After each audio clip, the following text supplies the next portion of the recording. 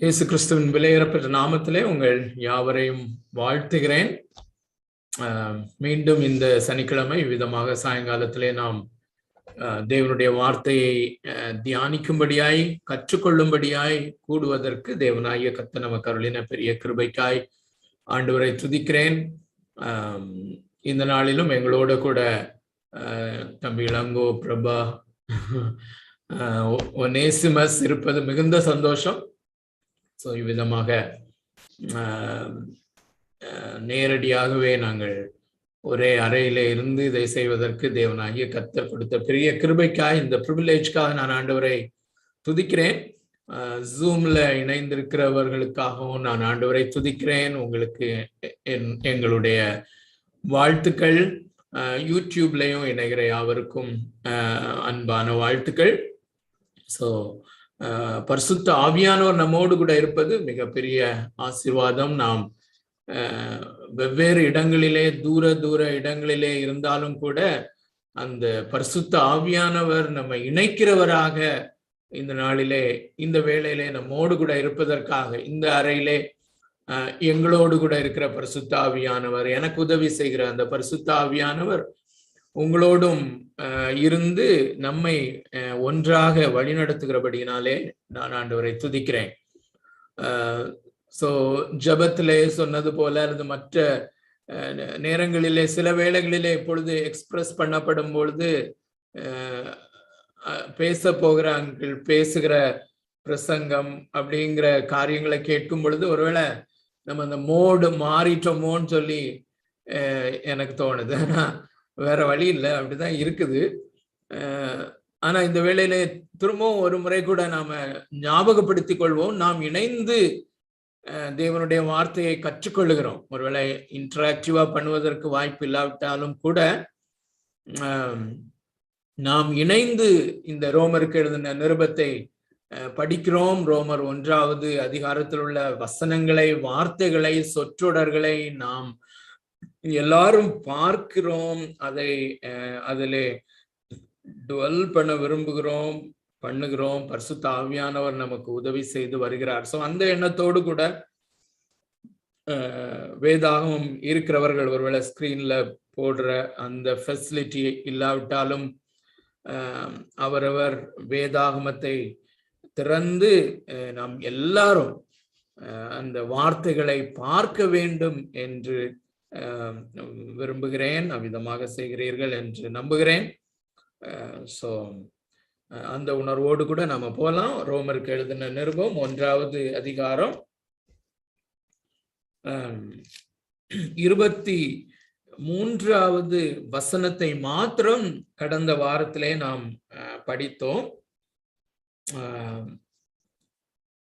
இந்த நாளிலே தொடர்ந்து 24வது வசனத்திலிருந்து 32வது வசனம் முடிய ஒரு பெரிய பேசேஜாக இருந்தாலும் எந்த அளவுக்கு நம்மால இன்று பண்ண முடியுமோ அந்த அளவுக்கு நம்ம பண்ணுவோம். மீதியை அடுத்த வாரத்துல நம்ம பார்ப்போம். ஆனால் இந்த பெரிய வேத பகுதி எங்கே இருந்து ஆரம்பிக்கிறது என்றால், அல்லது நாம் எதிலிருந்து பார்ப்பது நல்லது, வாசிப்பது நல்லது என்றால் 1வது அதிகாரத்தினுடைய 18வது வசனத்திலிருந்து வாசிப்பது நல்லது. கடந்த வாரத்திலே நம்ம பார்த்த அதே தீமை தான் நம்ம ப்ராக்ரெசிவா கொண்டு போவோம். ஆனாலும் சற்று வித்தியாசமான பெர்ஸ்பெக்டிவ்ல நம்ம போகிறபடினாலே அந்த 18வது வசனம் மிகவும் முக்கியம். ஆகையினாலே 18வது வசனம் முதல் 32 வரையிலுமே நான் உங்களுக்காக வாசிக்கிறேன். பெரிய பேசேஜ் தான், நான் தொடர்ந்து ஃபாலோ பண்ணுங்க, கவனமாக பின்பற்ற வேண்டும் என்று கேட்டுக்கொள்கிறேன். Okay, good. சத்தியத்தை அநியாயத்தினாலே அடக்கி வைக்கிற மனுஷருடைய எல்லாவித அவபக்திக்கும் அநியாயத்துக்கும் விரோதமாய் தேவ கோபம் வானத்திலிருந்து வெளிப்படுத்தப்பட்டிருக்கிறது. தேவனை குறித்து அறியப்படுவது அவர்களுக்குள்ளே வெளிப்பட்டிருக்கிறது. தேவனே அதை அவர்களுக்கு வெளிப்படுத்தி இருக்கிறார். எப்படி என்றால், காணப்படாதவைகளாகிய அவருடைய நித்திய வல்லமை, தேவத்துவம் என்பவைகள் உண்டாக்கப்பட்டிருக்கிறவைகளினாலே உலகம் உண்டானது முதற்கொண்டு தெளிவாய் காணப்படும். ஆதலால் அவர்கள் போக்கு சொல்ல இடமில்லை. அவர்கள் தேவனை அறிந்தும் அவரை தேவனென்று மகிமைப்படுத்தாமலும் ஸ்தோத்திரியாமலும் இருந்து தங்கள் சிந்தனைகளினாலே வீணரானார்கள். உணர்வில்லாத அவர்களுடைய இருதயம் இருளடைந்தது. அவர்கள் தங்களை ஞானிகள் என்று சொல்லியும் பைத்தியக்காரராகி அழிவில்லாத தேவனுடைய மகிமையை அழிவுள்ள மனுஷர்கள், பறவைகள், மிருகங்கள், ஊரும் பிராணிகள் ஆகிய இவைகளுடைய ரூபங்களுக்கு ஒப்பாக மாற்றினார்கள்.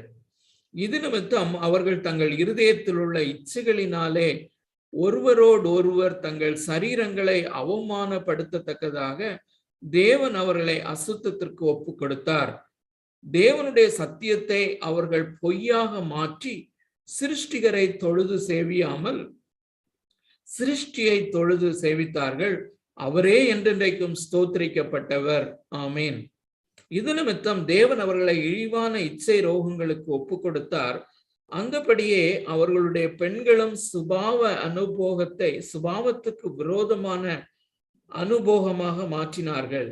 அப்படியே ஆண்களும் பெண்களை சுபாவப்படி அனுபவியாமல் ஒருவர் மேல் ஒருவர் விரதாபக்தினாலே பொங்கி ஆணோட ஆண் அவலட்சணத்தை நடப்பித்து தங்கள் தப்பிதத்திற்கு தகுதியான பலனை தங்களுக்குள்ளே அடைந்தார்கள்.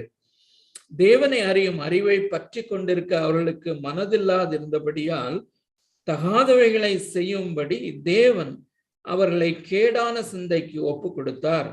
அவர்கள் சகலவித அநியாயத்தினாலும் வேசித்தனத்தினாலும் துரோகத்தினாலும் பொருள் ஆசையினாலும் குரோதத்தினாலும் நிறையப்பட்டு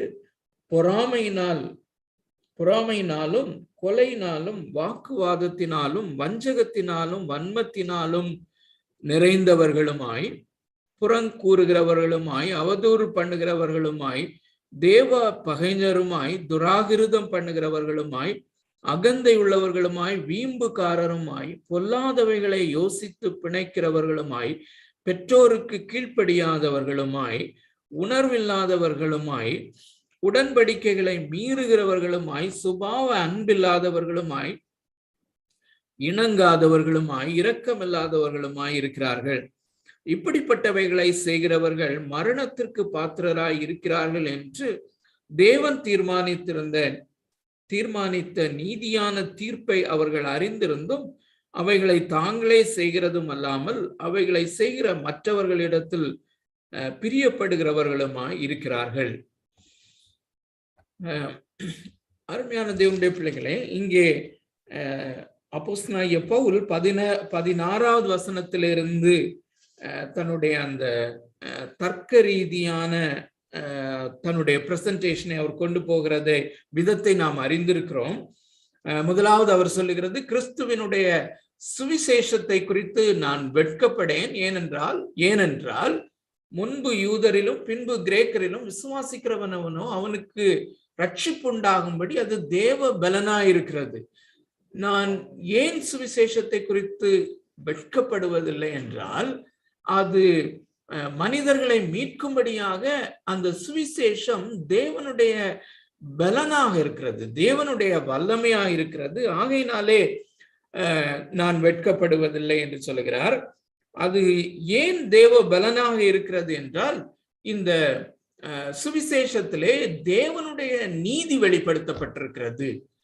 மனிதர்கள் எல்லாரும் பாவம் செய்து ஏகமாய் கெட்டு போனபடினாலே எல்லாரும் அந்த தேவனிடத்திலே அக்செப்டபிளாக அல்லது தேவனால் அங்கீகரிக்கப்படுகிறவர்களாக தேவனுக்கு முன்பாக வரும்படியான நீதி அவர்களிலே ஒருவரிலும் இல்லாமல் போனபடினாலே, அதற்கு எந்த வாய்ப்பும் இல்லாதபடினாலே தேவனாகிய கர்த்தருடைய அல்லது கிறிஸ்துவினுடைய நீதி, இந்த அவருடைய நீதி மனுஷனுக்கு இலவசமாக கொடுக்கப்பட வேண்டியதாக இருந்தது.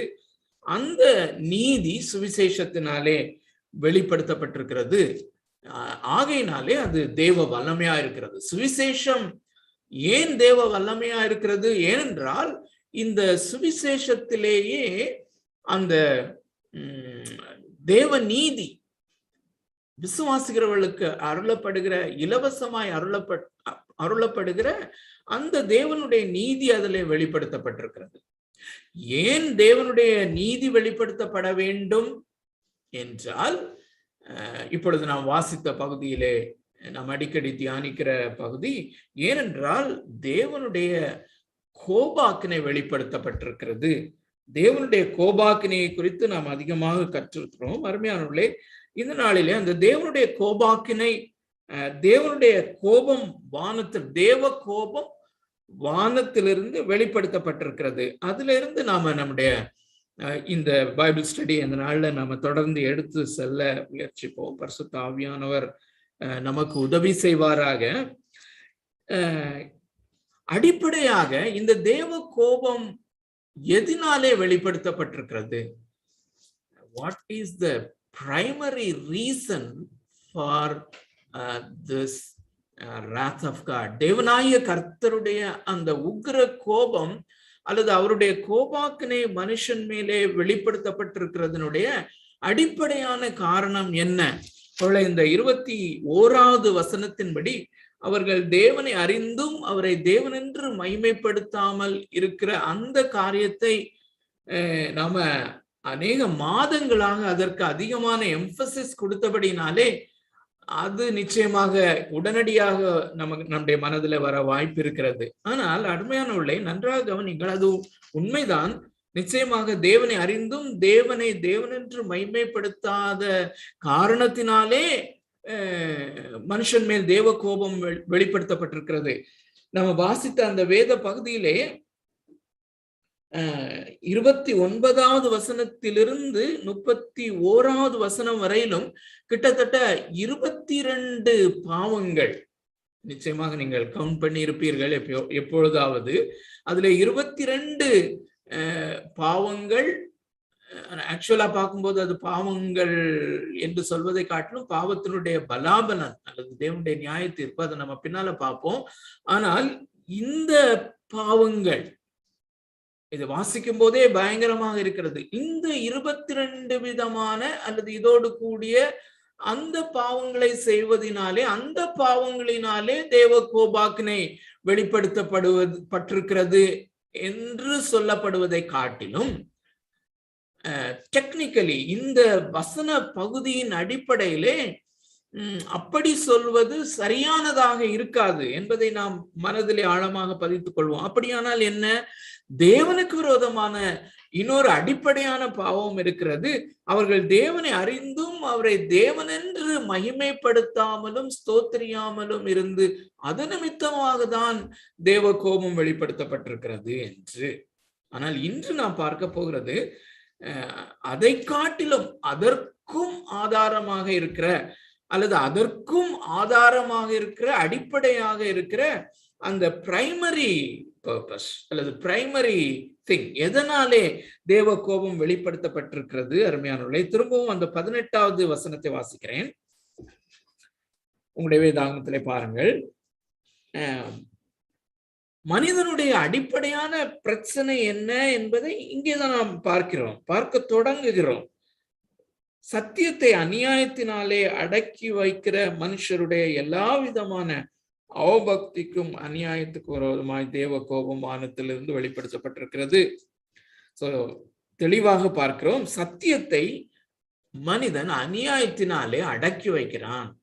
சப்ரஸிங் த ட்ரூத், சத்தியத்தை அடக்கி வைக்கிறது தான் பாவம் என்று நம்ம பார்க்கிறோம். சோ தொடர்ந்து இந்த நாளிலே நாம் வாசித்த வசன பகுதி அல்லது 19வது வசனத்திலிருந்து, நல்லா கவனிங்கள், 19வது வசனத்திலிருந்து அந்த அதிகாரம் முடிய it is the interpretation of verse 18. 18வது வசனத்தினுடைய விரிவாக்கம்.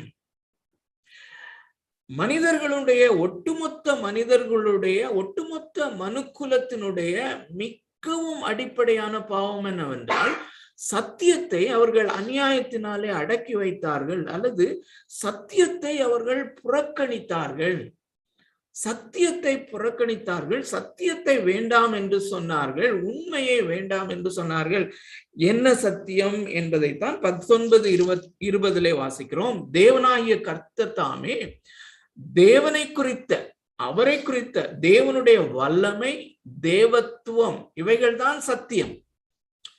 தேவனை குறித்த தேவனுடைய வல்லமை, அவருடைய தேவத்துவம், அவருடைய ஞானம் என்கிற இந்த காரியங்கள், தேவனுடைய குறிப்பாக 20வது வசனத்திலே அவருடைய நித்திய வல்லமை, தேவத்துவம் என்பவைகள். சோ தேவனை குறித்த காரியம், தேவனுடைய வல்லமை, அவருடைய தேவத்துவம், தேவத்துவம், the divinity of God, deity of God. இந்த காரியத்தை தேவன் படைப்புகளிலே மிக தெளிவாக வெளிப்படுத்தி இருக்கிறார். இதுதான் சத்தியம். தேவனை குறித்த காரியம், தேவன் யார் என்கிற காரியத்தை தேவனாகிய கர்த்தர் மிக தெளிவாக படைப்பிலே அவர் வெளிப்படுத்தி கொடுத்திருக்கிறார். சோ இந்த காரியத்தை அவன் அறிந்திருந்தும், அவனுடைய அறிவு, அவன் அதை அறிந்திருந்தும் அவன் அதை அவரை தேவன் என்று அக்னாலேஜ் பண்ணாமல், அவருக்கு உரிய அந்த துதியை, அவருக்கு உரிய மகிமையை அவருக்கு ஆஸ்கிரைப் பண்ணாமல், அல்லது தேவனை தேவன் என்று அவன் மகிமைப்படுத்தாமலும் ஸ்தோத்திரியாமலும் இருந்து தங்களுடைய சிந்தனையினாலே வீணரானார்கள். அவர்களுடைய இருதயம் இருளடைந்தது என்று சொல்லி பார்த்தோம். சோ தேவனை அறிகிற அறிவு, சோ தேவனுடைய தேவ கோபாக்கினை வெளிப்படுத்தப்பட்டிருக்கிறது. எதனால்? ஏனென்றால் மனிதர்கள் ஒட்டுமொத்தமாக சத்தியத்தை அநியாயத்தினாலே அடக்கி வைக்கிறார்கள், சத்தியத்தை அடக்கி வைக்கிறார்கள். சத்தியம் என்றால் என்ன? தேவனை குறித்து அறிவது, அவருடைய நித்திய வல்லமை குறித்து அறிவது, அல்லது தேவத்துவம் என்பது, இந்த சத்தியமானது மிக தெளிவாக வெளிப்படுத்தப்பட்டிருக்கிறது. அதை அவர்கள் புறக்கணித்து அதை அக்னாலேஜ் பண்ணாமல் விட்டார்கள். இப்போ அதை தொடர்ந்து அந்த தேவனை குறித்த அறிவு, சத்தியம், உண்மை, இந்த காரியங்களை நம்ம பிக்கப் பண்ணி கொண்டு தொடர்ந்து போவோம். அருமையானவர்களே, இந்த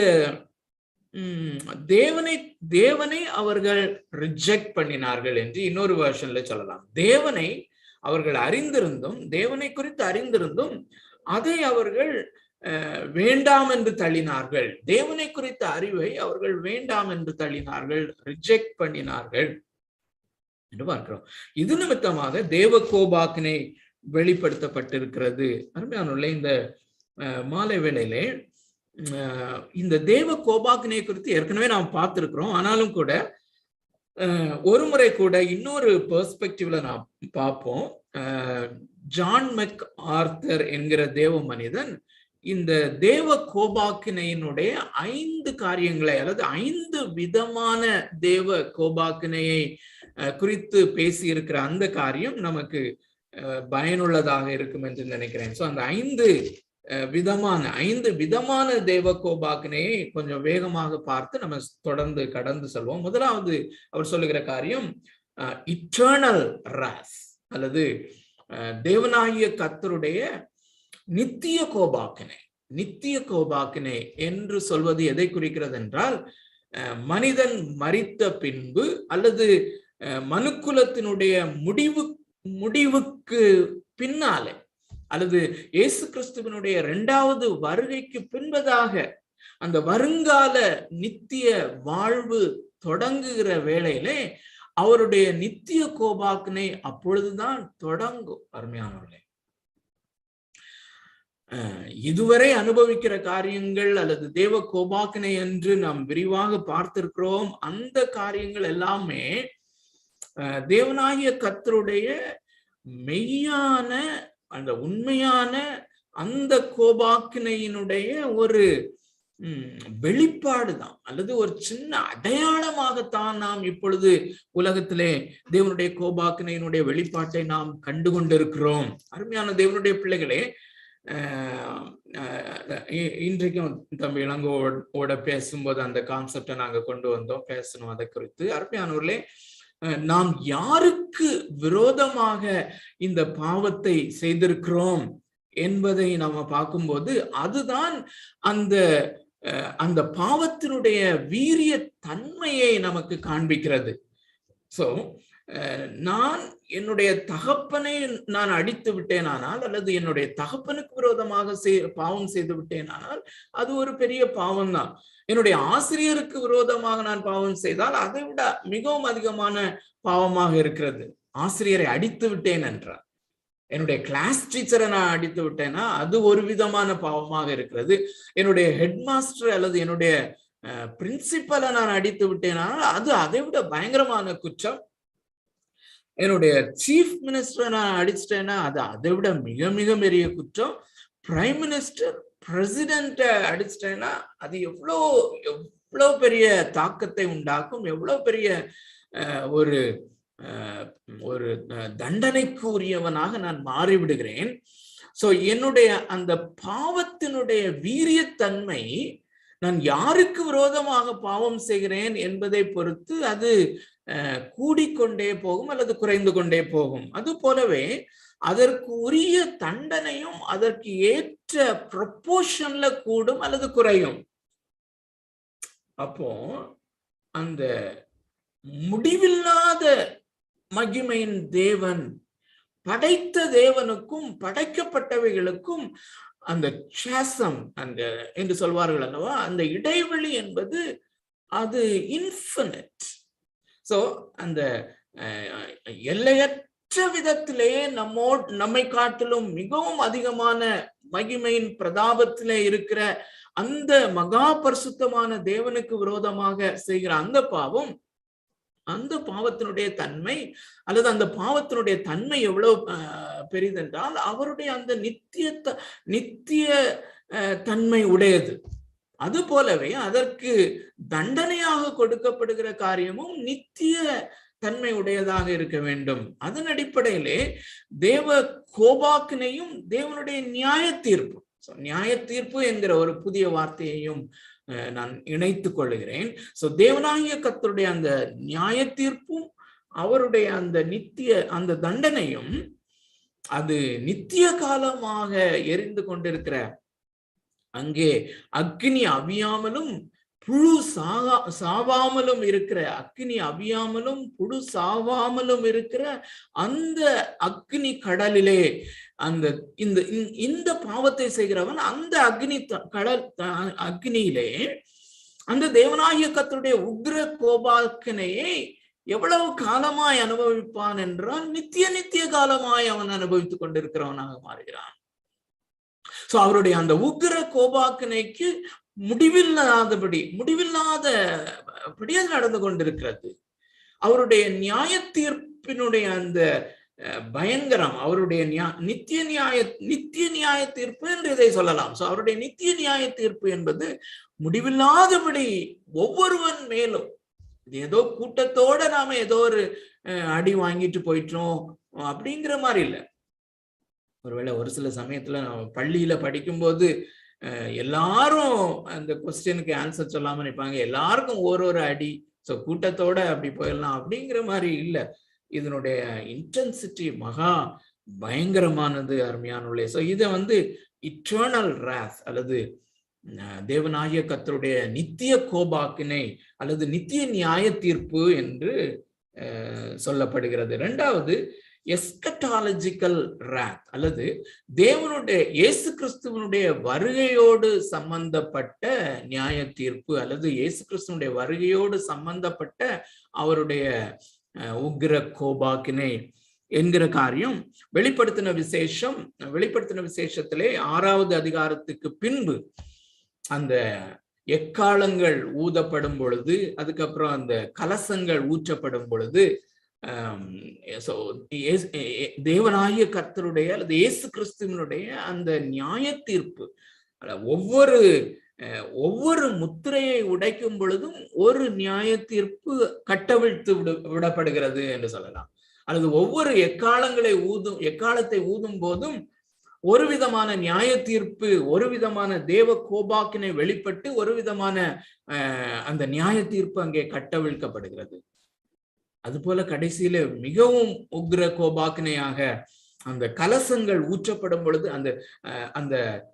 அந்த அக்கௌண்ட்டை நம்ம படித்தோமானால் படிப்படியாக அதனுடைய இன்டென்சிட்டி கூடிக்கொண்டே போகிறத நம்ம பார்க்க முடியும். எக்காலங்கள் ஊதப்படும் பொழுது கொஞ்சம் குறைவாக இருக்கிறது, இது சாதாரணமாக இருக்கிறது, இது கொஞ்சம் அதிகமாக இருக்கிறது, என்று சொல்லலாம். அதற்கு பிறகு அந்த கலசங்கள் உடைக்கப்படும் கலசங்கள் ஊற்றப்படும் பொழுது ரொம்ப இன்டென்சிவான காரியங்கள், அகோரமாக மிகவும் பயப்படக்கூடிய, இதையெல்லாம் மனிதன் தாங்கிக் கொள்வானா என்று சொல்லக்கூடிய அளவுக்கு.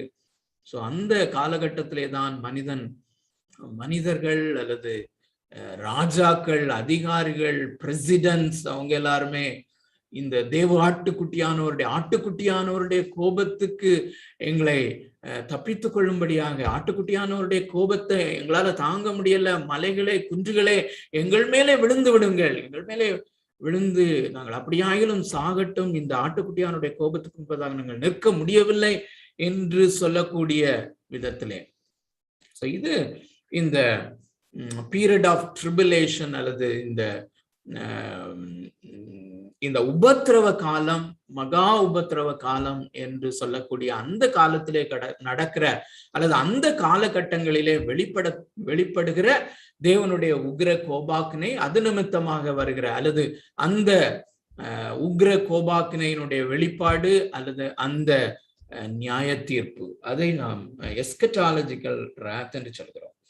மூன்றாவது கேட்டக்ளிஸ்மிக் ராத் அல்லது இயற்கையின் சீற்றத்தின் மூலமாக தேவனுடைய கோபாக்கினை வெளிப்படுதல், இயற்கையின் சீற்றத்தினாலே வெளிப்படுகிற தேவ கோபாக்கினை.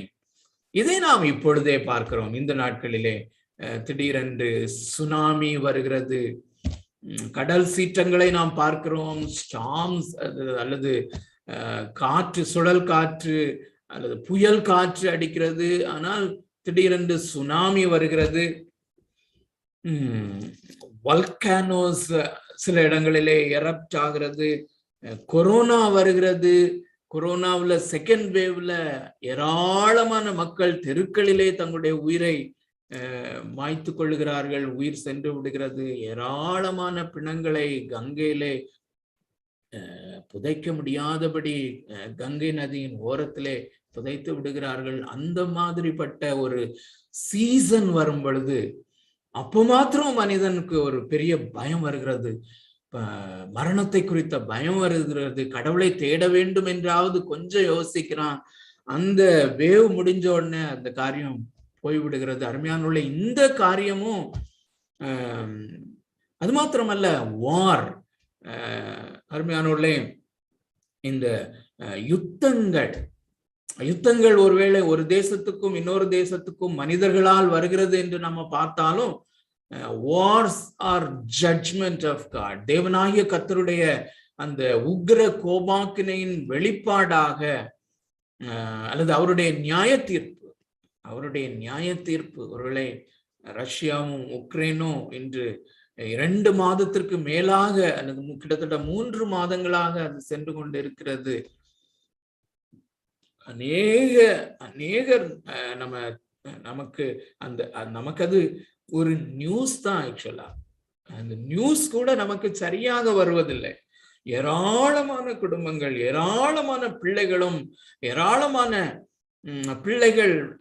பிள்ளைகளுக்கு முன்பதாக பெற்றோர் சாகடிக்கப்படுதல் அல்லது பெற்றோருக்கு முன்பாக பிள்ளைகள் சாகடிக்கப்படுதல், மிகவும் அகோரமான விதத்திலே அவர்கள் ஒரு தேசத்தை விட்டு இன்னொரு தேசத்திற்கு அவர்கள் பயணப்பட வேண்டிய காரியம், அப்பொழுது இடையிலே அவர்களுக்கு ஏற்படுகிற சம்பவங்கள், அருமையானுள்ள இப்படிப்பட்ட காரியங்கள் தேவனுடைய அந்த நியாய தீர்ப்பினுடைய அந்த இயற்கையின் சீற்றம், அதோடு கூட இந்த யுத்தங்கள், இப்படிப்பட்ட காரியங்களினாலே வருகிற அந்த காரியத்தை கேட்டக்ளிஸ்மிக் ராத் என்று சொல்லுகிறோம். மூன்றாவதாக கான்சிக்வென்ஷியல் அல்லது ஒரு காரியத்தை செய்யும் பொழுது அல்லது ஒரு பாவத்தை செய்யும் போது, பாவமான ஒரு காரியத்தை செய்யும் போது அதன் நிமித்தமாக வருகிற அந்த வியாதிகள் அல்லது அது நிமித்தமாய் வருகிற காரியங்கள். இங்கே கூட ஒரு சின்ன ரெஃபரன்ஸ் நம்ம பார்க்கிறோம். இப்பொழுது வாசித்த இந்த வேத பகுதியிலேயே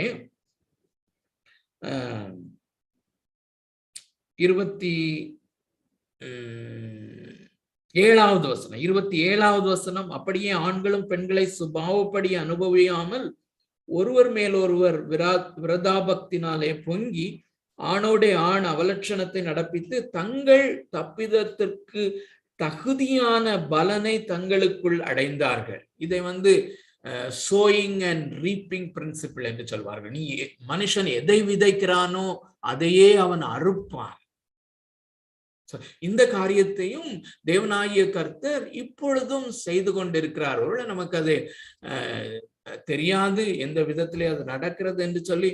சோ ஒருவேளை இந்த நம்ம வாசித்த இந்த வசனத்தின் அடிப்படையிலே வசனத்தின்படி அந்த பாலியல் ரீதியான பாவங்களிலே ஈடுபடுகிறவர்களுக்கு எய்ட்ஸ் வந்து விடுகிறது, அல்லது வெனரியல் டிசீஸ், இந்த மாதிரி அநேக காரியங்களை நம்ம பார்க்கிறோம். ஸோ இந்த காரியம் எல்லாத்தையும் சேர்த்து அந்த கான்சிக்வென்ஷியல் ராத் அல்லது தேவனாகிய கர்த்தருடைய உக்ர கோபாக்கினையும் அவருடைய நியாய தீர்ப்பும் இப்படி செய்கிற காரியத்திற்கு ஒரு பிரதிவினையாக, பிரதிக்கிரியையாக, பிரதி காரியமாக இது வருகிறத நம்ம பார்க்கிறோம்.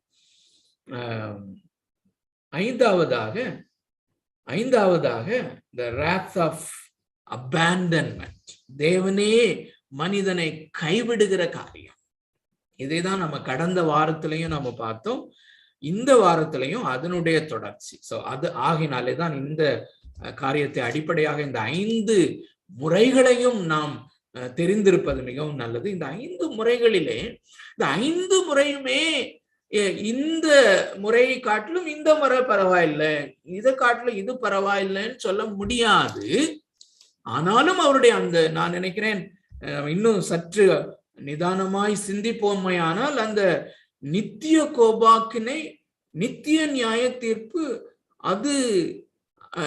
அது இன்கம்பேரபிளி அது ரொம்ப பெரியது, மிக மிக பயங்கரமானது. ஏனென்றால் அங்கு போய்விட்டால் வேறே மாற்று டிசிஷன் எடுத்து, வேற டிசிஷன் எடுத்து, அல்லது அந்த டிசிஷனை மாற்றிக்கொண்டு இப்போ இது ரொம்ப பயங்கரமாக இருக்கிறது, நான் எப்படியாயினும் எனக்கு இன்னொரு சிறிய வாய்ப்பு கொடுக்கப்படாதா என்று மனிதன் நிமிஷந்தோறும் கதறினாலும் கூட அந்த வாய்ப்பு அவனுக்கு அருளப்படாதபடி முடிவில்லாத போறது. அருமையான தேவனுடைய பிள்ளைகளே, இந்த பைபிள் ஸ்டடியில 2 நோக்கங்கள் என்று நாம் அடிக்கடி சொல்லுகிறோம். ஒன்று, விசுவாசிகளாகிய நாம் தேவன் நமக்கு அருளி இருக்கிற இந்த மறுபிறப்பு என்கிற இந்த மகா பெரிய ஈவு, அல்லது இந்த ரட்சிப்பு என்று சொல்லக்கூடிய இந்த மகா பெரிய ஈவை நினைத்து நம்ம ஒவ்வொரு நாளும் இருதயத்தின் ஆழத்திலிருந்து அவருக்கு நன்றி செலுத்த கடமைப்பட்டிருக்கிறோம். இந்த பைபிள் ஸ்டடியில அது ரொம்ப முக்கியமானது. இந்த நித்திய நரக ஆக்கினையிலிருந்து நம்மை தேவனாகிய கர்த்தர் மீட்டு கொண்டாரே. On what basis? அருமையானவர்களே, அடுத்தது உடனே கேட்க வேண்டியது, நான் ஏதாவது நல்லவனாக இருந்ததுனாலயா, அல்லது எதனாலே தேவனாகிய கர்த்தருடைய கண் என் மேல் பட்டது? என் கிளாஸ்ல அல்லது என்னோட வேலை பார்க்கிற சகோதரர்கள் சகோதரிகளிலே அநேகருக்கு இந்த சத்தியம் வெளிப்படாமல் இருக்கும் போது என் மேல அவருடைய கண் படுவதற்கு காரணம் என்ன? அந்த நித்திய நரக ஆக்கினையிலிருந்து என்னை இழுத்து தப்புவித்தாரே என்கிற அந்த காரியம். அருமையானே, அதனாலே அது மிகவும் பயங்கரமானது. ஆனால் இந்த காலத்திலேயே அல்லது இந்த உலகத்திலே நாம் வாழும் பொழுதே கூட தேவனாகிய கர்த்தராலே படைத்து அந்த தேவனாகிய கர்த்தராலே கைவிடப்படுகிற அந்த காரியம், அதுதான் இன்று நாம் வாசித்த இந்த பெரிய பேசேஜ்ல 3 முறை திரும்ப திரும்ப வருகிறதை நாம பார்க்கிறோம். கடந்த வாரத்திலே நாம் இந்த 23வது அதிகாரத்தை நாம் வாசிக்கும் போது அந்த அப்பொழுதே அந்த விக்கிரக ஆராதனைக்கென்று மனிதனை தேவன் தாமே கைவிட்டார். அவன் வேறே தேவர்களை தெரிந்து கொண்டான், தேவனும் கைவிட்டார் என்கிற அந்த பிரின்சிபிளை நம்ம பார்த்தோம், ஒரு சில வசனங்களை பார்த்தோம். இன்றும் அதே காரியத்தை நாம தொடருவோம். அருமையானவர்களே, 3 அந்த தேவனாகிய கர்த்தர் மனிதனை கைவிடுவது, அல்லது தேவன் இந்த ரோமருக்கு எழுதின நிருபம் 1வது அதிகாரத்தினுடைய இன்று நாம் வாசித்த அந்த வசன பகுதியினுடைய அந்த பாஷையை நாம் பயன்படுத்துவோமே ஆனால், தேவனாகிய கர்த்தர் மனிதனை ஒப்பு கொடுக்கிற காரியம், அசுத்தத்திற்கென்று ஒப்பு கொடுக்கிற காரியம், அது நியாய தீர்ப்பாக அவன் மேலே வருகிறது. அது அவருடைய கோபாக்கினையினுடைய முடிவாக வருகிறது. அந்த கோபாக்கினையினுடைய அல்லது அந்த கோபாக்கினையினுடைய 3 படிகள், 3 நிலைகள், அல்லது தேவனுடைய நியாய தீர்ப்பினுடைய 3 படிகள், அல்லது அசுத்தத்திற்கென்று அல்லது தேவன் நியாயம் தீர்த்து மனிதனை ஒப்பு கொடுத்து விடுகிற, அல்லது தமிழிலே நாம ஒரு ப்ராவர்பியலா சொல்லுவோம்ல, கை கழுவி விட்டுறதுன்னு சொல்லி, அப்படிப்பட்ட 3 நிலைமைகளை இங்கே பார்க்கிறோம். அருமையான தேவனுடைய பிள்ளைகளை, கடந்த வாரத்திலே நான் இந்த வார்த்தையை பயன்படுத்தினேனா என்று தெரியவில்லை. அடிப்படையிலே அவர்கள் செய்கிற காரியம் என்னவென்றால் எக்ஸ்சேஞ்சிங், மாற்றினார்கள் என்கிற காரியம். 23வது வசனம் திரும்பவும் வருவோம், நல்ல கவனிங்க. அங்கே ஒரு எக்ஸ்சேஞ்ச் நடக்கிறது, அங்கே ஒரு மாற்றம் நடக்கிறது. என்ன மாற்றம் நடக்கிறது? அழிவில்லாத தேவனுடைய மகிமையை அழிவுள்ள மனுஷர்கள், பறவைகள், மிருகங்கள், ஊரும் பிராணிகள் ஆகிய இவைகளுக்கு ஒப்பாக மாற்றினார்கள். ஒரு எக்ஸ்சேஞ்ச் நடக்கிறது. என்ன எக்ஸ்சேஞ்ச் நடக்கிறது? மகிமையை மாற்றினார்கள். அல்லது இன்னொரு விதத்திலே சொன்னால் அவர்கள் மகிமையை மாற்றினார்கள், தேவனை மாற்றினார்கள். They exchanged God. They exchanged God and chose gods. அவர்கள் தேவனை, மகிமையின் தேவனை, படைப்பின் தேவனை அவர்கள் மாற்றிவிட்டு தங்களுக்கென்று அவர்கள் தேவர்களை தெரிந்து கொண்டார்கள். சோ இதுல மிக முக்கியமானது, அருமையானவர்களே, அழிவில்லாதது அழிவுள்ளது அப்படின்னு அந்த 2 வார்த்தையை நீங்கள் கேட்ச் வேர்டாக எடுத்துக்கொள்ள வேண்டும் என்று விரும்புகிறேன். அருமையானவர்களே, அழிவில்லாதது, தேவன் அழிவில்லாதவர். தேவனுடைய குமாரனாகிய இயேசு கிறிஸ்து, அதாவது இட்டர்னலி இம்பெரிஷபிள் ரியாலிட்டி, அல்லது அழியாத வாஸ்தவமாக இருக்கிறது யாரு? தேவனாகிய கர்த்தர், குமாரனாகிய இயேசு கிறிஸ்து, பரிசுத்த ஆவியானவர். இவர்களுடைய வாசஸ்தலம் பரலோகத்திலே வைக்கப்பட்டிருக்கிற காரியம் அழியாத தன்மையுடையது. சோ இந்த அழியாததை அழிவுக்கு மாற்றினார்கள், அழிவுக்குரிய காரியங்களுக்கு மாற்றினார்கள். நன்றாக கவனிங்கள், இதுல ஒரு ஆழமான காரியம் இருக்கிறது. மிக சாதாரணமாக நாம் செய்கிற காரியம், இந்த அருமையான தேவனுடைய பிள்ளைகளே, அழிவில்லாத காரியத்திற்கு மாற்றப்பட்டிருக்கிறது அழிவுள்ள காரியங்கள். அல்லது இன்னும் தெளிவாக நான் எதை கொண்டு வர விரும்புகிறேன் என்றால், மனிதனுக்கு இன்று சபைகளிலேயுமே, திருச்சபைகளையும் நன்றாக பார்ப்போமே ஆனால், அழிவில்லாத தேவன் வேண்டாம். இங்கே காரியம் என்னவென்றால், அழிவில்லாத தேவன், அழிவில்லாத குமாரனாகிய கிறிஸ்து, இவர்கள் அல்லது தேவன் நேசிக்கப்பட வேண்டியவர், அவர் அலாதியாய் அன்பு கூறப்பட வேண்டியவர், அவர் அலாதியாய் ஆசைப்பட வேண்டிய தேவன், மகிமைப்படுத்தப்பட வேண்டிய தேவன் அப்படின்னு சொல்லும் போது அவர் அன்பு கூறப்பட வேண்டிய தேவன், மகிமைப்படுத்தப்பட வேண்டிய தேவன். ஆனால் அதற்கு பதிலாக என்னுடைய தேவை, அந்த ஸ்டீஃபன் சார்னோக்குடைய அந்த கொட்டேஷனையும் ஞாபகப்படுத்தினா நல்லது. என்னுடைய தேவைகள், மனுஷனுடைய தேவைகள், அல்லது மனுஷன் முக்கியமானவனாக மாறும் பொழுது, இந்த தேவனாகிய கர்த்தருடைய மகிமைக்கு முன்பதாக மனிதனுடைய அந்த தேவைகள், அழிவுக்குரிய மனிதனுக்கு அழிவுக்குரிய தேவைகள், அது முன்னாலே வைக்கப்படும் பொழுது அந்த காரியத்தை தான் அவர்கள் செய்கிறார்கள்.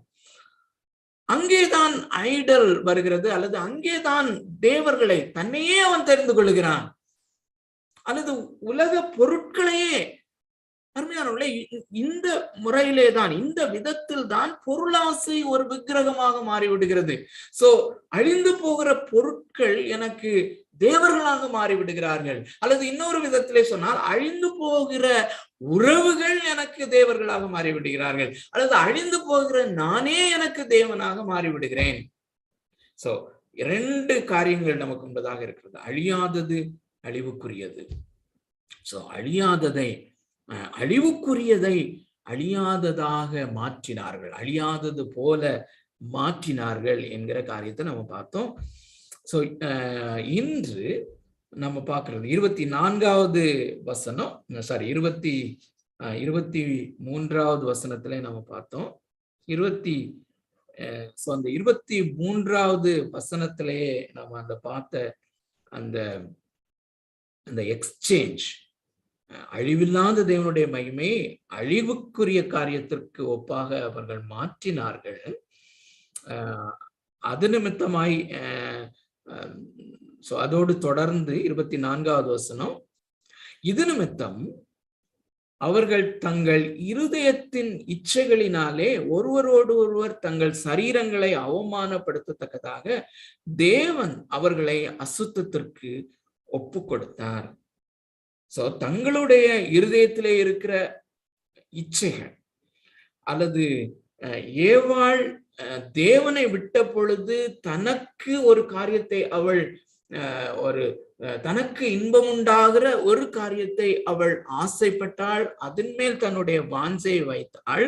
அப்படி நீ உனக்கு இன்பமாயிருக்கும்படியாக நீ ஒரு பொருளை, நீ ஒரு காரியத்தை ஆசைப்படுவாயானால், அல்லது நீ ஒரு உறவை ஆசைப்படுவாயானால், உன்னுடைய ஆசையின்படியே அல்லது உன்னுடைய ஆசையினுடைய இன்டென்சிட்டி அதிகமாகும் போது அந்த உன்னுடைய இச்சையின்படியே நீ செய் என்று ஆண்டவர் விட்டு விடுகிறார். அசுத்தத்திற்கு விட்டு விடுகிற ஒரு காரியம்.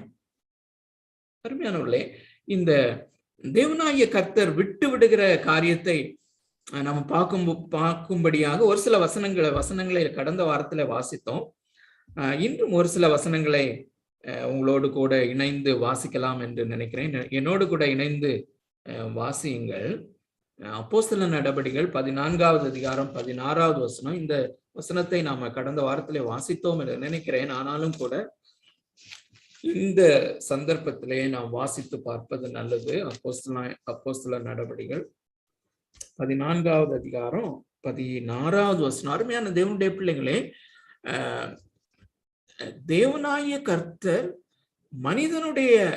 மனிதன் தேவனை விட்டு அல்லது தேவனை ஆசைப்படுவதை, அவரை நேசிப்பதை அவன் விட்டுவிடும் பொழுது, அவன் எதை ஆசிக்கிறானோ, அவன் எதை அன்பு கூற விரும்புகிறானோ அந்த காரியத்திற்கு அவர் விட்டு விடுகிற அந்த காரியம், அது நியாய தீர்ப்பு.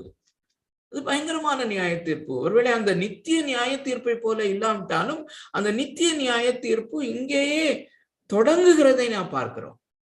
நித்திய நியாய தீர்ப்பாவே இது தொடங்குகிறதை பார்க்கிறோம். என்னென்றால் இப்படிப்பட்டவர்களுக்கு ஒரு நம்பிக்கையும் இல்லை என்றால், இப்படிப்பட்டவர்கள் அநேகர் நம்பிக்கை இல்லாமல் மரித்து போனார்கள் என்பது மிகவும் பயங்கரமான காரியம். அப்போஸ்தலர் நடவடிக்கைகள் 14வது அதிகாரம் 16வது வசனம். இங்கே அருமையான தேவனுடைய பிள்ளைகளே, இஸ்ரவேல் ஜனங்களை நாம ஞாபகத்துல வைத்துக் கொள்வோம். இஸ்ரவேல் ஜனங்களுக்கு தேவனாகிய கர்த்தர் தம்மை வெளிப்படுத்தினார். தம்முடைய வழிகளை அவர்களுக்கு வெளிப்படுத்தி அவர்களிலே ஒரு சிலரை அவர் ரட்சித்து கொண்டார். ஆனால் அதே வேளையிலே அநேக புறஜாதியார் இருந்தார்கள். பெலிஸ்தர், அம்மோனியர், மோவாபியர் என்று உலகம் முழுவதும் அநேக ஜாதியார் பரம்பி இருந்தார்கள். அவர்களை குறித்து என்ன சொல்லுகிறது வேதம்? 14வது அதிகாரம் அப்போஸ்தலர் 14:16. சென்ற காலங்களில் அவர் சகல ஜனங்களையும் தங்கள் வழிகளிலே நடக்க விட்டிருந்தும் என்று சொல்கிறார். அருமையான தேவனுடைய பிள்ளைகளே, இந்த பெலிஸ்தியர் அல்லது அம்மோனியர் என்று ஏராளமான புறஜாதியார் அவர்கள் தேவனை விட்டபடியினாலே, அவர்களுடைய மூதாதையர்கள் அந்த தேவனை விட்டபடியினாலே, மெய்யான தேவனை விட்டபடியினாலே, தங்களுடைய சுய விருப்பத்தின்படி இந்த அழிவுக்குரிய காரியங்களை நாடினபடியினாலே, தேடினபடியினாலே, நீங்கள் உங்களுடைய வழியிலேயே செல்லுங்கள் என்று தேவனாகிய கர்த்தர் விட்டு விடுவாரானால் அது எத்தனை பயங்கரமாக இருக்கும். அருமையானவர்களே, அவர்களுக்கு பாருங்க, அப்படி எத்தனையோ ஜாதிகள் ஜாதியாக கூட்டமாக. இன்னொரு காரியம் இங்கே இந்த நாம் வாசிக்கிற இந்த பகுதியிலே, it's happening as a community, as a society, as a nation. அதான் பயங்கரமான காரியம். சோ முழு தேசங்களாக, தேவனால் கைவிடப்பட்ட தேசங்களாக, தேசங்களாக, சமுதாயமாக மரித்து நித்திய அந்த நரகாக்கினைக்கும் சென்று விட்டார்கள். இதை குறித்து ஒரு நாள் நான் யோசிக்கும் போது, அந்த ஜெனரேஷன்ல நான் பிறக்கல. எத்தனை ஆச்சரியம் சொல்லி யோசித்து பாருங்க. அந்த ஜெனரேஷன்ல ஒருவேளை நான் பிறந்திருந்தேன் ஆனால், அல்லது அந்த ஜெனரேஷன்ல ஹியூஜா ஒட்டுமொத்தமாக பெரிய பெரிய தேசங்களாக மொத்தமாக நித்திய நரகாக்கினைக்கு போயிருக்கிறார்கள். இன்னொரு வசனத்தை வாசிக்கலாம். இது புறஜாதியாருக்கு மாத்திரமல்ல, தேவனை அறிந்த அந்த இஸ்ரவேல் ஜனங்களுக்கும் நடக்கிற காரியங்களை பாருங்கள். நியாயாதிபதிகளின் புஸ்தகம், உபாகமம், யோசுவா, நியாயாதிபதிகள், நியாயாதிபதிகளின் புஸ்தகம் 10வது அதிகாரம், நியாயாதிபதிகள் 10வது அதிகாரம் 12வது வசனம், 12வது வசனம், 13வது வசனம், 14வது வசனம், 12 முதல் 14 வரையிலும் வாசிக்கிறேன். உங்களுடைய வேதாகமத்திலே பாருங்கள். 11 வாசிக்கிறேன். கர்த்தர் இஸ்ரவேல் புத்திரரை நோக்கி, எகிப்தியரும், எமோரியரும், அம்மோன் புத்திரரும், பெலிஸ்தியரும், சீதோனியரும், அமலேக்கியரும், மாகோனியரும் உங்களை ஒடுக்கும் சமயங்களில் நீங்கள் என்னை நோக்கி முறையிட்ட போது நான் உங்களை அவர்கள் கைக்கு நீங்களாக்கி ரட்சிக்கவில்லையா? அப்படி இருந்தும் நீங்கள் என்னை விட்டு அந்நிய தேவர்களை சேவித்தீர்கள். ஆகையால் இனி உங்களை ரட்சியேன். திரும்ப வாசிக்கிறேன். அப்படி இருந்தும் நீங்கள் என்னை விட்டு, ரிஜெக்டிங் மீ, அந்நிய தேவர்களை சேவித்தீர்கள். ஆகையால் இனி உங்களை ரட்சியேன். நன்றாக கவனிங்கள். இங்கே தேவனாகிய கர்த்தருடைய அந்த மூட், அவருடைய அந்த டோன், அதை கவனியுங்கள். நீங்கள் போய், தேவன் தாமே சொல்லுகிறார், யெகோவா தேவன், நீங்கள் போய் உங்களுக்காக தெரிந்து கொண்ட தேவர்களை நோக்கி முறையிடுங்கள். அவைகள் உங்கள் ஆபத்தின் காலத்தில் உங்களை ரட்சிக்கட்டும். நீங்கள் போய் நீங்கள் உங்களுக்காக தெரிந்து கொண்ட தேவர்களை நோக்கி நீங்கள் முறையிடுங்கள். நான் இனிமே கேட்கவே மாட்டேன். எவ்வளவு பயங்கரமான காரியம் இல்லையா? மற்ற ஜாதிகளை ஜாதியாக அவரவர்களுடைய வழியிலே நடக்க விட்டிருந்த தேவன் தம்முடைய பிள்ளைகளும் வேறே தேவர்களை தெரிந்து கொண்ட பொழுது அவர் ஆகடியம் பண்ணுவது போல, அவர்களையும் பரியாசம் பண்ணுவது போல செய்து விட்டு விடுகிற காரியத்தை பார்க்கிறோம் இல்லையா? இன்னொரு வசனத்தை வாசிக்கலாம். நீதிமொழிகளின் புஸ்தகம் 1வது அதிகாரம், நீதிமொழிகள் 1வது அதிகாரம் 24 முதல் 31 வரையிலும். நீதிமொழிகள் 1வது அதிகாரம் 24 முதல் 31 வரை. நான் கூப்பிட்டும் நீங்கள் கேட்க மாட்டோம் என்கிறீர்கள். நான் என் கையை நீட்டியும் கவனிக்கிறவன் ஒருவனும் இல்லை. என் ஆலோசனையெல்லாம் நீங்கள் தள்ளி என் கடிந்து கொள்ளுதலை வெறுத்தீர்கள். ஆகையால் நானும் உங்கள் ஆபத்து காலத்தில் நகைத்து நீங்கள் பயப்படும் காரியம் வரும்போது ஆகடியம் பண்ணுவேன் அல்லது பரியாசம் பண்ணுவேன். நீங்கள் பயப்படும் காரியம் புசல் போல் வரும்போதும் ஆபத்து சூறாவளியை போல் உங்களுக்கு நேரிடும் போதும் நெருக்கமும் இடுக்கணும் உங்கள் மேல் வரும்போதும் ஆகடியம் பண்ணுவேன், நான் பரியாசம் பண்ணுவேன். அப்பொழுது அவர்கள் என்னை நோக்கி கூப்பிடுவார்கள், நான் மறு உத்தரவு கொடுக்க மாட்டேன். அவர்கள் அதிகாலையில் என்னை தேடுவார்கள், என்னை காண மாட்டார்கள். நன்றாக அவர்கள் 29வது வசனம். அவர்கள் அறிவை வெறுத்தார்கள், கர்த்தருக்கு பயப்படுதலை தெரிந்து கொள்ளாமற் போனார்கள்.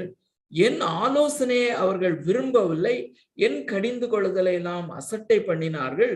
ஆகையால் அவர்கள் தங்கள் வழியின் பலனை புசிப்பார்கள், தங்கள் யோசனையினால் திருப்தி அடைவார்கள். அருமையானவர்களே, 2-3 வார்த்தைகளை இதிலிருந்து எடுத்துக்கொள்ளுங்கள்.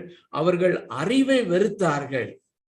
இன்று நாம் பார்க்கிற மிக முக்கியமான காரியம், தேவனை குறித்த அறிவை அவர்கள் வெறுத்தார்கள் அல்லது சத்தியத்தை வெறுத்தார்கள். அது நிமித்தமாய் கர்த்தருக்கு பயப்படுதலை தெரிந்து கொள்ளாமற் போனார்கள். கர்த்தருக்கு பயப்படுதல் என்கிற காரியம் நம்முடைய இருதயத்தோடு அல்லது நம்முடைய அஃபெக்ஷன்ஸோட சம்பந்தப்பட்ட காரியம். அறிவு என்பது நாம் மனதிலே சிந்திக்கிற காரியம். அவர்கள் அறிவை வெறுத்தார்கள், கர்த்தருக்கு பயப்படுதலை தெரிந்து கொள்ளாமல் போனார்கள். இன்னொரு வசனத்தை வாசிக்கலாம். ஓசியா தீர்க்கதரிசியின் புஸ்தகம், ஓசியா தீர்க்கதரிசியின் புஸ்தகம், எசேக்கியேல், தானியேல், ஓசியா 4வது அதிகாரம் 17வது வசனம். ஓசியா தீர்க்கதரிசியின் புஸ்தகம் 4வது அதிகாரம் 17வது வசனம். சின்ன வசனம்னா, எப்ராயிம் விக்கிரகங்களோடு இணைந்திருக்கிறான், எப்ராயிம் விக்கிரகங்களோடு இணைந்திருக்கிறான், அவனை போக விடு. Ephraim விக்கிரகங்களோடு இணைந்திருக்கிறான், let him alone. தேவனுடைய பிள்ளைகளே, இதை நாம் சாதாரணமாக படிக்கிறோம். அந்த ஜீவனுள்ள தேவனுடைய அந்த கரம் கடந்த ஒரு சில வாரங்களிலே அந்த ரெஸ்ட்ரெய்னிங் கிரேஸ் அல்லது பாவம் செய்கிற மனிதனை, பொதுவான விசுவாசி அல்ல அவிசுவாசியையும் தேவன் தம்முடைய பொதுவான கிருபையினாலே அவன் அதிக பாவம் செய்யாதபடி தாங்குகிறார் என்ற ஒரு காரியத்தை நாம் பார்க்கிறோம். அந்த காரியம் மாத்திரம் இல்லாமல் இருந்தால், அருமையானவர்களே, கொஞ்சம் யோசித்து பாருங்க. ஒரு சமுதாயத்திலே, ஒரு தேசத்திலே, ஒரு ஸ்டேட்ல எல்லா மனிதர்களுமே காயினை போல எக்ஸசைஸ் பண்ண ஆரம்பிச்சிட்டாங்கன்னா, எல்லாருக்குள்ளும் காயினை போல இருக்கக்கூடிய பொட்டென்ஷியாலிட்டி இருக்கு. எல்லா மனிதர்களுக்குள்ளேயும் ஒரு ஹிட்லரை போல ஆகக்கூடிய ஒரு பொட்டென்ஷியாலிட்டி இருக்கிறது. சோ ஏதோ ஒரு நிலைமையிலே தேவனாகிய கர்த்தர் தம்முடைய கிருபையினாலே அவர் தாங்கி இருக்கிறார். அவரால் கைவிடப்படுவது, நீ எப்ராயிமை குறித்து சொல்கிறார், நீ விக்கிரகங்களை பிடித்து கொண்டிருக்கிறாயா, அவனை போக விடு என்று சொல்வாரே. ஆனால் மிகவும் பயங்கரமான காரியம். அதே டோன்ல தான் மத்தேயு எழுதின சுவிசேஷம் 15வது அதிகாரத்திலே இயேசு அந்த பரிசேயர்களை குறித்து சொல்லுகிற காரியம் நமக்கு தெரிந்த ஒரு வசன பகுதி தான். ஆனாலும் வேகமாக நாம் வாசித்த அடுத்த பகுதிக்கு நாம் சொல்லலாம். மத்தேயு 15வது அதிகாரம் 14வது வசனம். எப்ராயிமை விட்டுவிடு என்று சொல்லுகிறது போல 15வது அதிகாரம் 14வது வசனம். அதற்கு முந்தின வசனத்தை வாசிக்கிறேன். அவர் பிரதியுத்தரமாக, என் பரமபிதா நடாத நாற்றெல்லாம் வேரோடே பிடுங்கப்படும். என் பரமபிதா நடாத நாற்று என்று பரிசேயர் வேதபாரகர்களை குறித்து சொல்லுகிறார். அவர்களை விட்டு விடுங்கள். 14வது வசனம், அவர்களை விட்டு விடுங்கள். அவர்கள் குருடருக்கு வழிகாட்டுகிற குருடராயிருக்கிறார்கள். அவர்கள் குருடராகவே இருக்கட்டும். அவர்கள் குருடராகவே இருக்கும்படியாக அவர்கள் சத்தியத்தை அவர்கள் விட்டு விட்டார்கள். அவர்களை விட்டு விடுங்கள், நாமும் அவர்களை விட்டு விடுவோம் என்கிற டோன்ல சொல்கிறத பாக்குறோம். இப்ப நம்ம திரும்ப ரோமருக்கு எழுதின நிருபம் 1வது அதிகாரம் 24வது வசனத்துக்கு வருவோம். இது நிமித்தம் அவர்கள் இருதயத்தில் உள்ள இச்சைகளினாலே ஒருவரோடு ஒருவர் தங்கள் சரீரங்களை அவமானப்படுத்தத்தக்கதாக தேவன் அவர்களை அசுத்தத்திற்கு ஒப்பு கொடுத்தார். அருமையானவர்களே, ஒருவரோடு ஒருவர் சரீரங்களை அவமானப்படுத்தும்படியான விதத்திலே ஒரு பாலியல் ரீதியிலே செய்யப்படுகிற பாவங்கள், அருமையானவர்களே, பொர்னோகிராஃபி அல்லது கம்ப்யூட்டர்ல மொபைல்ல அருவருப்பான நேக்கடான படங்களை பார்த்தல் என்கிற காரியம் மிக மிக சாதாரணமாக சமீபத்திலே ஒரு ஆர்கனைசேஷன்ல, கிறிஸ்தவ மிஷனரி ஸ்தாபனத்துல நடந்த காரியத்தை குறித்து பார்க்கும்போது, திடீரென்று அவங்க யூஸ் பண்ண கம்ப்யூட்டர்ஸை செக் பண்ணும்போது அநேக பெரிய பெரிய தலைவர்கள் அப்படி செய்திருக்கிறார்கள் என்கிற காரியம் அருமையானுள்ளே பெரிய ஷாக்கிங்காக இருந்தாலும், அருமையானுள்ளே அங்கேயே அப்படி இருக்குமானால், அந்த ஒருவர் சொல்லும் போது இப்படி சொன்னார், பொர்னோகிராபிக் கல்ச்சர், ஒரு சமுதாயத்தினுடைய கலாச்சாரமே அப்படி மாறி போனதென்றால் தேவனால் கைவிடப்பட்ட நிலைமை. இந்த காரியங்களை செய்யும்படியாக தேவன் தாமே ஒப்பு கொடுத்து விட்டார். இந்த பாவம், இது பாவம் என்று சொல்வதை காட்டிலும் இந்த காரியம் நாம் பாவம் என்று சொல்லுகிறோம். இது தேவனுடைய நியாய தீர்ப்பு. எதற்கு வந்த நியாய தீர்ப்பு? Exchanging of gods. தேவனை மாற்றினார்கள், தேவனுடைய மகிமையை மாற்றினார்கள். இரண்டாவது எதை மாற்றினார்கள்? 26வது வசனம், 25வதையும் வாசித்து விடுகிறேன். நான் 26வது வசனத்திலே அந்த இரண்டாவது மாற்றம், இரண்டாவது எக்ஸ்சேஞ்ச், அதை நம்ம பார்க்கிறோம். இரண்டாவது படியாக தேவன் மனிதனை ஒப்பு கொடுத்த காரியத்தை 26ல பார்க்கிறோம். 25ல அந்த முதல் ஸ்டேஜ்ல தேவன் அசுத்தத்திற்கு மனிதர்களை ஒப்பு கொடுக்கும் போது அங்கே நடக்கிற காரியம் என்ன?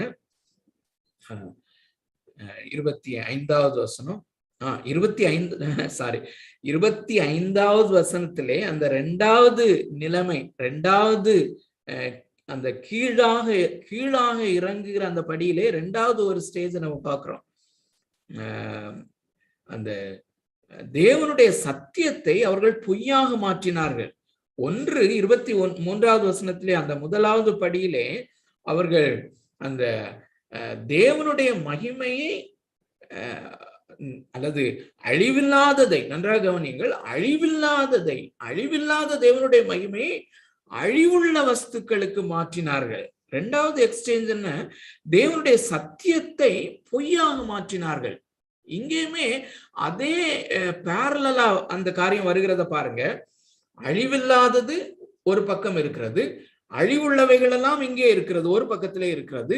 அழிவில்லாததை விட்டு அழிவுக்குரிய காரியத்தை அழிவில்லாதது என்று எண்ணி மாற்றினார்கள். அது போலதான் அருமையானவர்களே, இங்கே சத்தியம் என்று ஒன்று இருக்கிறது, அல்லது வாஸ்தவம் என்று ஒன்று இருக்கிறது, ரியாலிட்டி என்று ஒன்று இருக்கிறது. தேவனாகிய கர்த்தர் அதே மாதிரிதான். தேவனாகிய கர்த்தர், அவருடைய குமாரனாய் இயேசு கிறிஸ்து, பரிசுத்த ஆவியானவர், இந்த தேவனாகிய கர்த்தர் நமக்கென்று வைத்திருக்கிற நித்தியமாய் அழியாத சுதந்திரம். இவைகள்தான் சத்தியம் அல்லது வாஸ்தவம் அல்லது ரியாலிட்டி அல்லது உண்மை. இவைகளை இந்த பொய்யாக மாற்றினார்கள். இந்த உலகத்திற்குரிய காரியங்கள், உலகத்திலே நாம் பார்க்கிற எல்லா காரியமும் பொய்யான காரியம். அருமையானவர்களே, இந்த பொய்யான காரியத்துக்கு மாற்றி விட்டார்கள். இன்றைக்கு விசுவாச, எனக்கு கடந்த வாரத்திலே முழுவதும் அடிக்கடியாய் வந்து கொண்டிருந்த கேள்வி என்னவென்றால், எதன் அடிப்படையில இந்த கேள்வி வந்தது என்றால், அருமையானவர்களே, இந்த நாங்கள் வாழுகிற இந்த கன்னியாகுமரி மாவட்டத்திலே அநேக பாரம்பரியமிக்க பெந்தேகோஸ்தே சபைகள் உருவான ஒரு இடம். குறிப்பாக கிருபாசனம், பேர் சொல்வதில் எனக்கு ஒன்றும் பயம் இல்லை.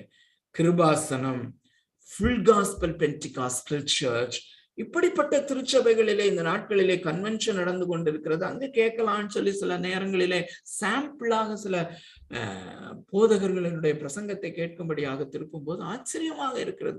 அவர்களுமே எப்பொழுதுமே அவர்களுடைய ஃபவுண்டர்ஸ் நான் அறிவேன், அந்த பரலோகத்தையே குறித்து பேசிக் கொண்டிருப்பவர்கள், பரலோகத்தின் மேன்மையை பெற்றுக் கொள்ளும்படியாய் உலகத்தின் காரியங்களை குப்பையாய் எண்ணும்படியாய் போதித்துக் கொண்டிருந்தவர்கள் இந்த குப்பையை தான் பேசிக் கொண்டிருக்கிறார்கள். இப்பொழுது இந்த குப்பையை பெற்றுக் கொள்ளும்படியாய் தேவனுடைய கிருபையை நீங்கள் பெற்றுக்கொள்ளுங்கள். தேவனுடைய கிருபையை நீங்கள் பெற்றுக்கொள்ளும் போது, தேவனுடைய கிருபைக்குள்ள வரும் பொழுது, நீங்க இந்த கூட்டத்துக்கு வரும் பொழுது உங்களுக்கு பொருளாதார ஆசீர்வாதங்கள் கிடைக்கும் என்று அந்த திருச்சபைகளும் பேசுகின்றன.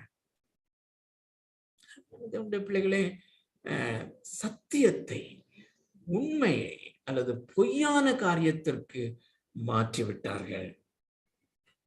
சோ அப்படி சபையே மாற்றி விட்டபடினாலே திருச்சபையும் ஆண்டவர் கைவிட்டு விட்டாரோ என்ற எண்ணம் எனக்குள்ளே திரும்ப திரும்ப வந்து கொண்டிருந்தது. just throwing it to you. உங்களுக்கு அதை நான் போட்டு கொடுக்கிறேன். இந்த ஆஸ்பெக்ட்ல திங்க் பண்ணி பாருங்க அருமையானவர்களே. இருக்கலாம் என்றுதான் யோசிக்கிறேன். நிச்சயமாக இருக்கக்கூடும். ஏனென்றால் அப்படிப்பட்ட திருச்சபைகளிலே விசுவாசிகளிடத்திலையும் திரும்ப திரும்ப திரும்ப பேசி பாருங்கள். இந்த காமன் கிரேஸ், இந்த பொதுவான கிருபைக்கும் அந்த தேவன் உங்களை ரட்சிக்கும் கிருபைக்கும் பெரிய ஒரு கேசம் இருக்கிறது, அல்லது ஒரு பெரிய இடைவெளி இருக்கிறது. அது மகா மேன்மையானது என்று சொன்னால் திரும்ப திரும்ப இதைத்தான் பேசுவார்கள். இந்த அழிவுக்குரிய காரியங்களை பெற்றுக்கொள்ளுகிற அந்த பொதுவான கிருபையை தான் பேசிக்கொண்டிருப்பார். இட்ஸ் லைக் அது ஒரு அரிப்பிளவை போல அது பிடித்து கொண்டு இருக்கிறதை பார்க்க முடிகிறது. அப்போ தேவன் தான் இந்த மகா மேன்மையான காரியத்தை பார்க்க கூடாதபடி அவர்களை குருடாக்கி விட்டாரோ, கைவிட்டதாக இங்க பாக்குறோம் இல்லையா? 25வது வசனம், சத்தியத்தை அவர்கள் பொய்யாக மாற்றி சிருஷ்டிகரை தொழுது சேவியாமல் சிருஷ்டியை தொழுது சேவித்தார்கள். அவர்கள் தங்களுடைய சரீர பிரகாரமான தேவைகளை தொழுது சேவித்தார்கள். They began to serve themselves with their own worldly goods. ஆனா அதற்கிடையிலே அப்போஸ்தலனாகிய பவுல் கூறுகிற ஒரு ஸ்டேட்மெண்ட் அருமையானவர்களே, இங்க எந்த சம்பந்தமும் இல்லாதது போல இருக்கும். ஆனால் இந்த தேவ மனிதன் இந்த ரோமருக்கு எழுதின நிருபம் 11வது அதிகாரத்திலே ரட்சிப்பினுடைய கிருபையினுடைய மகாமேன்மையை சொல்லி அந்த காரியத்தை முடிக்கிற வேளையிலே பர்ஸ்ட் ஆகி தேவனாகிய கர்த்தருக்கு மாத்திரமே மகிமை என்று சொல்லுவதற்கு முன்பதாக இந்த 1வது அதிகாரத்திலேயே மனிதனுடைய அந்த முழு சீரழிவை பற்றி சொல்லும் பொழுதே அந்த கடைசி ஸ்டேட்மெண்ட் வாசிக்கிறேன். அவரே என்றென்றைக்கும் ஸ்தோத்தரிக்கப்பட்டவர், ஆமேன் என்று சொல்லி தொடர்கிறார். அது முடிவல்ல, முடிவு போல தெரிந்தாலும் அந்த முழு சீரழிவின் மத்தியிலே தேவனாகிய கர்த்தர் மகிமைக்குரியவர் என்பதை கொண்டு வருகிறத நம்ம பார்க்கிறோம். சோ இப்படி அவர்கள் சத்தியத்தை பொய்யாக மாற்றினபடினாலே என்ன, அவர் தேவனாகிய கர்த்தர் அவர்களை ஒப்பு கொடுத்தது நிமித்தமாக என்ன நடக்கிறது? 26 இது நிமித்தம் தேவன் அவர்களை இழிவான இச்சை ரோகங்களுக்கு ஒப்பு கொடுத்தார். இச்சை ரோகம் என்று இங்கே டிரான்ஸ்லேட் பண்ணப்பட்டிருக்கிறது. நோய் அல்ல, பயங்கரமான இச்சைகள், இச்சையினுடைய கொடிய கட்டம். அந்தபடி அவர்களுடைய பெண்கள், இங்கேதான் லெஸ்பியனிசம், அந்த ஹோமோசெக்சுவாலிட்டி வருகிறத நம்ம பார்க்கிறோம். இது அடுத்த கட்டம். முதலிலே அந்த பாலியல் ரீதியான எல்லா அசுத்தங்களும் இருந்தது. ஆனால் இங்கே அதை தாண்டி ஆணோடு ஆண், பெண்ணோடு பெண் அவலட்சணமான காரியங்களை நடப்பிக்கிற காரியம். அருமையான தேவனுடைய பிள்ளைகளே, இந்த காரியத்தை சொல்லும் போது ஜான் பைப்பர் சொல்லுகிற ஒரு காரியம் மிகவும் சிந்திக்க வேண்டிய ஒரு காரியம். அருமையான தேவனுடைய பிள்ளைகளே, இந்த சத்தியத்தை பொய்யாக மாற்றி இந்த நிலைமைக்கு போகிற அந்த ஒரு காரியம், தேவனாகிய கர்த்தர் ஒரு ஆணோடு இசைந்து, ஒரு ஆண் பெண்ணோடு இசைந்து ஒரு திருமணம் என்கிற உறவிலே வந்து அங்கே ஒரு அந்த செக்ஷுவல் சாட்டிஸ்பாக்சன், அந்த ஒரு பாலியல் ரீதியான இன்ப உணர்வு அந்த கணவன் மனைவிக்குள்ளே பரிசுத்தமான ஒரு காரியமாக இருக்க வேண்டும் என்கிற காரியத்தை தேவன் சுவிசேஷமாய் நியமித்திருக்கிறார் என்று நாம் ஏற்கனவே கற்றிருக்கிறோம். ஏற்கனவே நம்ம அநேக முறைகளிலே நாம் பார்த்திருக்கிறோம். சோ அருமையான தேவனுடைய பிள்ளைகளே, நாம் நன்றாக அறிந்திருக்கிறோம், ஒரு உண்மையுள்ள கணவன் உண்மையுள்ள தன்னுடைய மனைவியோடு கூட இசைக்கப்பட்டு இந்த பாலியல் ரீதியான ஒரு இன்ப உணர்வுலே போகும்போது அது தேவனால் நியமிக்கப்பட்டது. அது உண்மையிலே இந்த உலகத்திலே இந்த உலக பிரகாரமான இன்பங்களிலே ஒரு மிக உன்னதமான இன்பம்தான். அதை தேவனே நியமித்திருக்கிறார். எதற்காக நியமித்திருக்கிறார் என்றால், மெய்யான திருமணம் ஒன்று நடக்க போகிறது, அல்லது மெய்யான திருமணம் அந்த சபை என்கிற அல்லது நம்மோடு நாம் கிறிஸ்து என்கிற அந்த ஒரே மணவாளன் மெய்யான மணவாளனோடு இந்த மணவாட்டிக்கு இருக்க போகிற மிக உன்னதமான அந்த எக்ஸ்டாட்டிக்கான எக்ஸிலரேட்டிங்கான எவர்லாஸ்டிங்கான அந்த ஜாயஸ் மகிழ்ச்சியான அனுபவத்தை வெளிக்காட்டும்படியாக அல்லது அதற்கு அடையாளமாக தான் தேவன் அந்த திருமணத்தையும் திருமணத்தின் இன்ப வாழ்க்கையையும் வைத்திருக்கிறார். ஆனால் இந்த மனிதன் தேவனை விட்டு தூரம் போகும்போது அந்த அழியாத தேவனுடைய மகிமை அழிவுக்குரியதாய் மாற்றி போட்ட போது அல்லது சத்தியத்தை பொய்யாக மாற்றி விட்ட போது அடிப்படையிலே அந்த திருமண காரியத்திலே ஒரு பெரிய குளறுபடி வருகிறத நாம பார்க்கிறோம். பாருங்க, அந்த அவ்வளவு புனிதமான ஒரு காரியமாக அடையாளமாக தேவன் வைத்திருக்கும் போது அது ஆணோடு ஆண் பெண்ணோடு பெண் என்று சொல்லும் போது அது சீரழிவினுடைய பிணக்கள் என்று சொல்லலாம். அந்த காரியத்துக்கு தேவன் தாமே ஒப்பு கொடுத்தார் என்கிற காரியம் மிக பயங்கரமாக இருக்கிறது அல்லவா? கடைசியாக ஒரு காரிய அந்த ஃபைனல் தேர்ட் ஸ்டேஜை பார்த்து நம்ம முடிச்சிடலாம்னு சொல்லி யோசிக்கிறேன். 28வது வசனத்திலே மூன்றாவது நிலை. முதலாவது அவர்கள் அழிவில்லாத மகிமையை அழிவுக்குரியதாய் மாற்றினார்கள், அழிவுக்குரிய காரியங்களுக்கு மாற்றினார்கள், சத்தியத்தை பொய்க்கு மாற்றினார்கள். மூன்றாவது 28வது வசனம், தேவனை அறியும் அறிவை பற்றி கொண்டிருக்க அவர்களுக்கு மனதில்லாமல். அருமையான இந்த மூன்று காரியத்திலையும் குறிப்பாக 2வது ஸ்டேஜ்லயும் இங்கேயும் பாருங்க, தேவனுடைய சத்தியத்தை நாம் 18வது வசனத்துல அதுல இருந்து தான் தொடங்கணும்ல.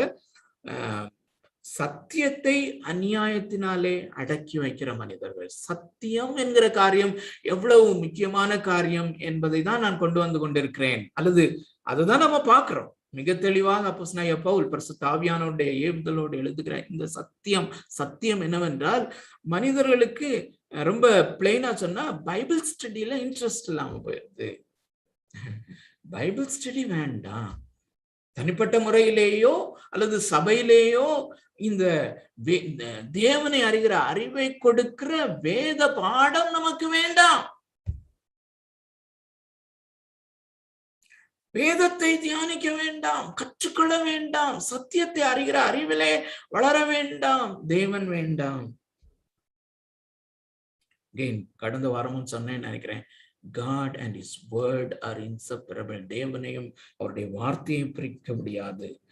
தேவனை அறியும் அறிவை பற்றி கொண்டிருக்க அவர்களுக்கு மனதில்லாது இருந்தபடியினாலே தகாதவைகளை செய்யும்படி தேவன் அவர்களை கேடான சிந்தைக்கு ஒப்பு கொடுத்தார் என்று சொல்லி, அதுக்கு பிறகுதான் அந்த 22 பயங்கரமான பாவங்களினுடைய, அல்லது பாவம் என்று சொல்வதை காட்டிலும் பாவத்து நிமித்தம் வருகிற அந்த நியாய தீர்ப்பினுடைய விளைவாய் வருகிற அந்த கிரியைகள், 22 விதமான கிரியைகள். அது எப்படி ஆரம்பிக்குதுன்னா 29வது வசனம், அவர்கள் சகலவித அநியாயத்தினாலும் வேசித்தனத்தினாலும் நிறைந்தவர்களாய்.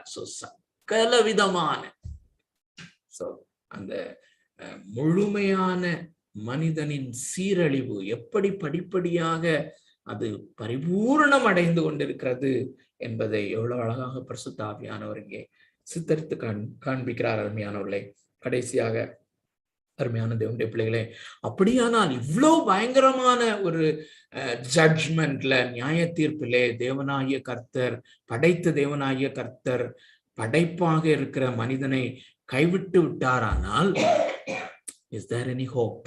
அப்படியானால் நம்பிக்கை இல்லையா? அந்த வார்த்தையோடு நான் முடிக்க விரும்புகிறேன். No, there is hope. அதுதான் 17வது வசனத்திலே. அருமையான தேவனுடைய பிள்ளைகளே, நிலைமை இவ்வளவு மோசமானதுதான். எந்த அளவுக்கு அதை எக்ஸ்பிளைன் பண்ணேன்னு எனக்கு தெரியாது. பட் அருமையானவர்களே, நான் உங்களுக்கு முன்பதாக கொண்டு வந்ததை காட்டிலும் பல பில்லியன் மடங்கு அதிகமானது தேவனாகிய கர்த்தருடைய உக்ர கோபாக்கினையும் அவருடைய நியாய தீர்ப்பும். இப்பொழுது நாம் அனுபவித்துக் கொண்டிருக்கிற அந்த கேட்டக்லிஸ்மிக் அல்லது இயற்கையின் சீற்றங்களாலே உணர்ந்து கொள்ளக்கூடிய விதத்திலே இருக்கிற தேவனுடைய உக்ர கோபாக்கினை இது கம்பேர் பண்ணவே முடியாத அளவுக்கு அந்த எஸ்கட்டாலஜிக்கல் ராத் அல்லது அந்த வருகையின் போது அல்லது உபத்திரவத்தின் காலத்திலே மிக பயங்கரமாக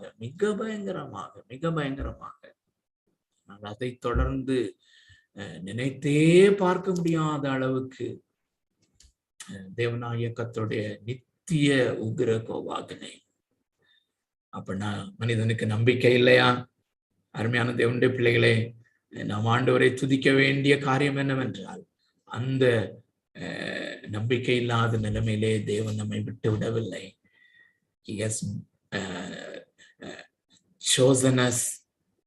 நாம் ஒன்றும் செய்யவில்லை. நாம் பாவிகளாயிருக்கையிலே கிறிஸ்து நமக்காக மரித்து, நாம் பாவிகளாயிருக்கையிலே, நான் இப்படிப்பட்ட சீரழிவிலே இருக்கும் பொழுது, அந்த 22 பாவங்கள் அடங்கிய அந்த லிஸ்ட்ல ஒரு காரியம் என்னன்னா, தேவ பகைஞராய், நான் தேவனை பகைக்கிறவனாய். வெளிப்படையா ஒருவேளை தெரியாம இருக்கலாம், ஆனா நான் என்ன கண்டிஷன்ல இருந்தேன் அப்படிங்கிறது அவருக்கு மாத்திரம்தான் தெரியும். அருமையானவர்களே, நான் தேவனை பகைக்கிறவனாக இருந்தேன், தேவனுக்கு பகைஞனாக இருந்தேன். அந்த நம்பிக்கையே இல்லாத நிலைமையில பகைஞனாக அவரை விட்டு ஓடி அவருக்கு எதிராளியாக, அவருக்கு விரோதமானவனாக நான் இருந்த பொழுதே அவர் என்னை பிடித்தார். There is hope. நம்பிக்கை உண்டு, பெரிய நம்பிக்கை இருக்கிறது.